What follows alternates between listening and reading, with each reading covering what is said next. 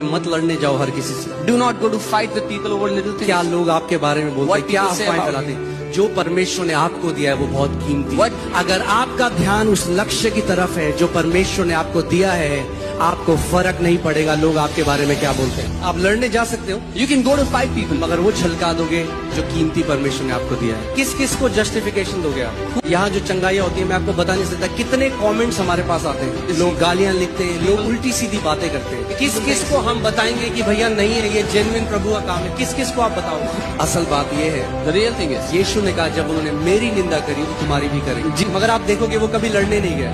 आप चुप रहो, you stay quiet. परमेश्वर को आपका जवाब देना। Let, जब आप लड़ोगे if you will go and तो fight, परमेश्वर चुप रहेगा। जब आप चुप रहोगे when you will be तो quiet, परमेश्वर लड़ेगा। You'll be वो कहता है युद्ध तेरा नहीं है, he says the battle doesn't belong to you. युद्ध यहोवा का है। The battle belongs to the Lord.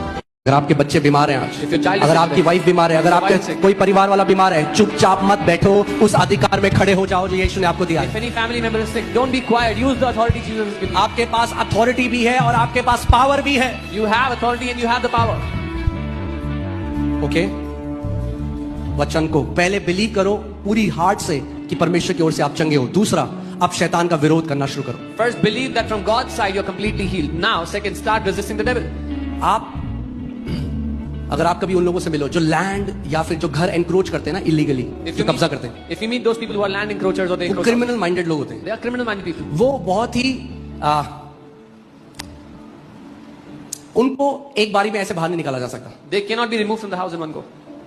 Okay, जो कब्जा करते हैं Those who take possession of a house, आप उनके पास जैसे श्रीमान कृपया करके हमारी खोली को खाली कर दीजिए, if you go to them and say, please vacate our house, तो चल भाग जाए यहाँ से। they'll say, run away. आपको एक बड़ी फोर्स अप्लाई करनी पड़ेगी उनको हटाने के लिए। You'll need to apply a great force to remove them. ऐसे ही आपके शरीर में जो बीमारी आ गई This is और how. सालों से रह रही है, If a वो sickness came एक to बारी रिक्वेस्ट करके नहीं जाएगी। कई बारी you will have to become persistent and use the force of God's word to persistently hit it again and again and again. If a sickness came and dwelt in your body and has been there for some time, you'll have to use the word of God. आपको बार-बार अधिकार का इस्तेमाल करना पड़ेगा उसके खिलाफ.